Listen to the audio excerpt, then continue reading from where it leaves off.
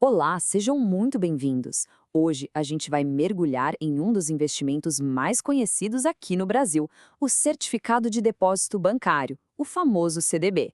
Bora desvendar juntos como ele funciona de verdade?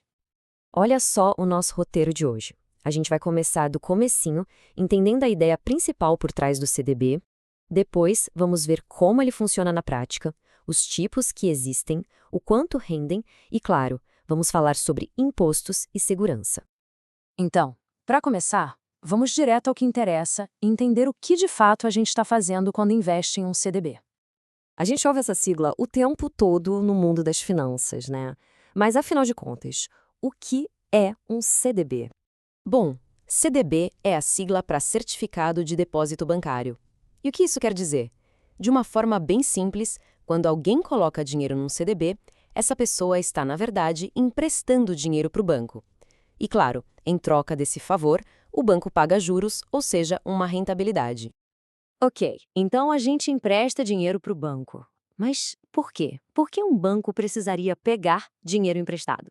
Vamos entender agora qual é a lógica por trás de tudo isso. Pensa só, no sistema financeiro existem basicamente dois grupos de pessoas.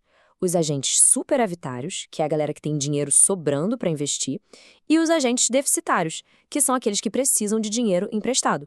O banco, então, funciona como o grande intermediário que conecta essas duas pontas. E é aí que está o pulo do gato para o banco. O lucro dele vem justamente da diferença entre os juros. Ele pega o dinheiro de quem investiu no CDB pagando, digamos, 1% de juros ao mês. Aí ele empresta esse mesmo dinheiro para outra pessoa, só que cobrando 8% ao mês. Essa diferença gigante é o que a gente chama de spread bancário. É o coração do negócio deles. Beleza, já entendemos a lógica. Só que tem um detalhe super importante. Nem todo CDB é igual. Existem diferentes tipos, e a escolha de um deles vai impactar diretamente o quanto o dinheiro vai render. Basicamente, existem três jeitos de um CDB render: o pós-fixado, que o rendimento dele acompanha um índice da economia; o pré-fixado, que a taxa de juros já é combinada lá no início e não muda mais; e o híbrido, que, como o nome diz, é uma mistura dos dois. De todos eles, o mais comum, mas assim, de longe o mais popular, é o pós-fixado, que é atrelado ao CDI. O CDI é basicamente a taxa de juros que os bancos cobram para emprestar dinheiro uns para os outros. O importante é saber que essa taxa anda coladinha com a taxa de juros principal do país, a Selic. E para a gente entender essa rentabilidade, precisamos olhar para a taxa básica de juros, a Selic, que é definida pelo Banco Central. Para ter uma ideia, hoje ela está em 10,5% ao ano. E aqui vem o ponto-chave. O CDI, que é a referência dos CDBs, acompanha a Selic muito de perto, ficando ali por volta de 10,40%. Ou seja, um CDB que paga 100% do CDI vai render quase a mesma coisa que a taxa principal de juros da nossa economia. E olha só que interessante quando a gente compara. Enquanto a poupança está rendendo hoje algo em torno de 7% ao ano, um CDB que paga 100% do CDI entrega um retorno bem maior, de 10,40%. Essa é uma das grandes razões que fazem o CDB ser tão popular. Mas calma lá, entender o quanto rende é só uma parte da história. Agora, a gente precisa conhecer as regras do jogo. Quais são os impostos e qual é a facilidade de pegar o dinheiro de volta quando a gente precisa. Nos CDBs, o imposto de renda sobre o lucro funciona de forma regressiva. O que isso quer dizer? Que quanto mais tempo o dinheiro fica investido, menos imposto a gente paga.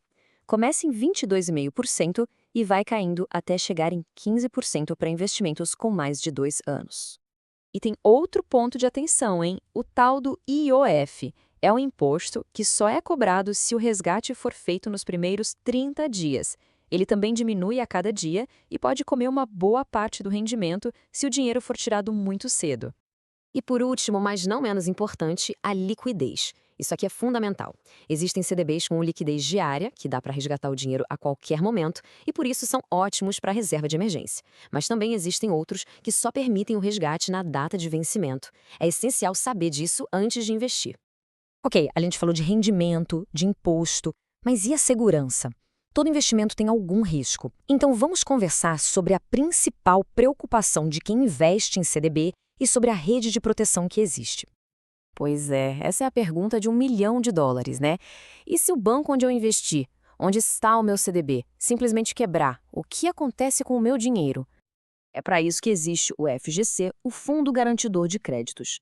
Ele é uma instituição privada que foi criada e é mantida pelos próprios bancos, justamente para garantir que o sistema financeiro continue sendo confiável. A regra é a seguinte: o FGC garante até R$ 250 mil por CPF e por instituição financeira. E esse valor cobre não só o que foi investido, mas também os rendimentos até aquele momento.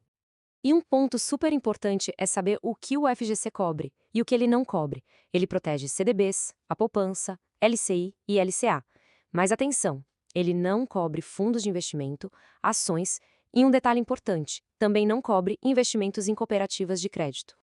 Mas olha, é super importante ter os pés no chão e entender o limite do FGC. Ele tem dinheiro para cobrir a quebra de bancos pequenos e médios. Agora, ele não foi feito para segurar as pontas numa crise sistêmica, caso um dos grandes bancos do país venha a quebrar. Então, resumindo a história, o CDB se mostra como um investimento seguro, com a proteção do FGC e com uma rentabilidade que, na maioria das vezes, supera a poupança. Com tudo isso em mente, a grande questão que fica não é se o CDB é bom, mas sim para quais objetivos financeiros ele se encaixa melhor na sua estratégia.